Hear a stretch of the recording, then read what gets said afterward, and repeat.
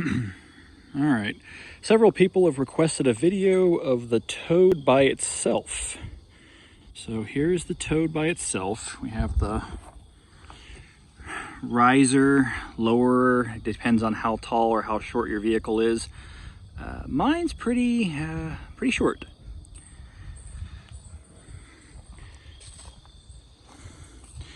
And then this is a new addition. This extends the hitch out to where you can make wide angle turns. This was just installed today, so you can kind of get an idea. So it's just protrudes just enough to where you can make almost a perfect angle turn.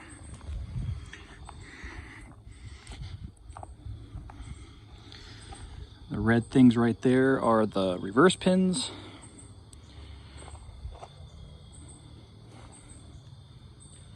And the spare tire obviously would go here. But the whole idea of this sucker is to take the weight off the tow vehicle, which that one's my tow vehicle, and put it on here. That way the weight doesn't bear down on the tow vehicle, it bears down on the Toad instead. And it does the job remarkably well. Ran into a few hiccups getting this crazy contraption put on for the extension. Long story short, we didn't account for the extension by 6 inches. So what ended up happening is about 30 miles an hour, we got some massive amounts of sway. So I had to raise this by 1 notch to get the weight back on the Toad and off the tow vehicle. So in turn, I was getting some pretty bad sway. So if these aren't installed correctly, you can do some serious damage or get hurt. Luckily for me, I had training from the military on how to maneuver out of such situations. But hopefully you guys can learn from my mistakes. But this is all trial and error at this point. But everything is done to perfection now. Every tow vehicle will be different. But I do recommend getting this extension piece put in. I think this extension piece is designed to handle like 30,000 pounds or something. It's ridiculous.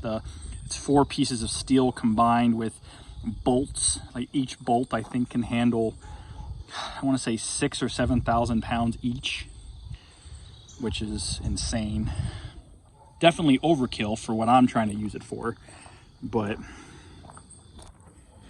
works out pretty good. And then over here, so basically this piece right here, that slides into